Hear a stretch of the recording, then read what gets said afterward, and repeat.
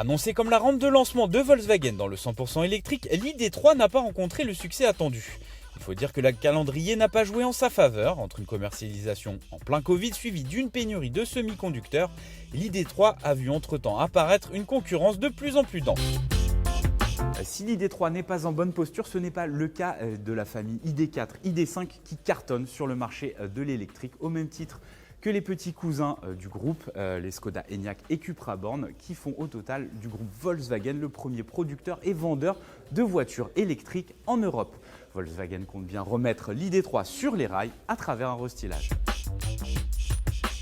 Le visage de l'ID3 évolue légèrement avec l'arrivée d'un bouclier redessiné équipé de nouvelles écopes qui donnent un peu plus de largeur à la compacte.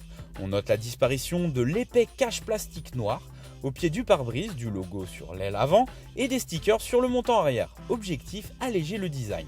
Une ligne aussi mise en valeur par un pavillon désormais gris argenté et un nouveau coloris vert olive. L'ID3 avait été épinglé pour la qualité passable de son intérieur. Volkswagen a écouté ses clients et corrige le tir à l'occasion du restylage en équipant les portes et le bas de la planche de bord de matériaux moussés. C'est plus valorisant, c'est quand même un peu plus haut de gamme qu'auparavant et on note également l'arrivée d'un cuir synthétique. Désormais, les matières animales chez Volkswagen, c'est terminé. Au rayon des nouveautés également, on note le système multimédia qui passe à 12 pouces de série et qui intègre une nouvelle interface multimédia qui devrait cette fois-ci présenter un peu moins de bugs que son prédécesseur. Performant, il bénéficie de mises à jour à distance et d'équipements également activables à distance comme la climatisation automatique ou encore la navigation. Le menu de recharge est désormais situé au premier niveau du grand écran tactile pour une meilleure ergonomie. En parallèle, le planificateur d'itinéraire a été revu de manière à atteindre la destination le plus rapidement possible, en tenant compte de l'état de charge de la batterie, du trafic et de la puissance des bornes sur le parcours. L'ID3 conserve toujours son contenu technologique de haute volée à l'image de l'éclairage matriciel, de l'affichage tête haute à réalité augmentée ou encore d'une conduite semi-autonome avec échange de données entre voitures.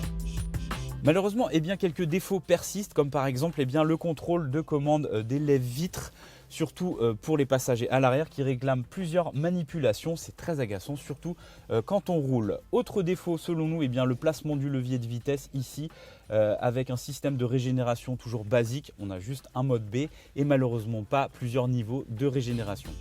Les occupants, eux, profitent toujours d'un espace aux jambes digne d'une Golf. Quant au bagage, comptez 385 litres de base, soit une soute parmi les plus vastes du marché. L'ID3 reste dans le coup pour répondre aux besoins d'une petite famille.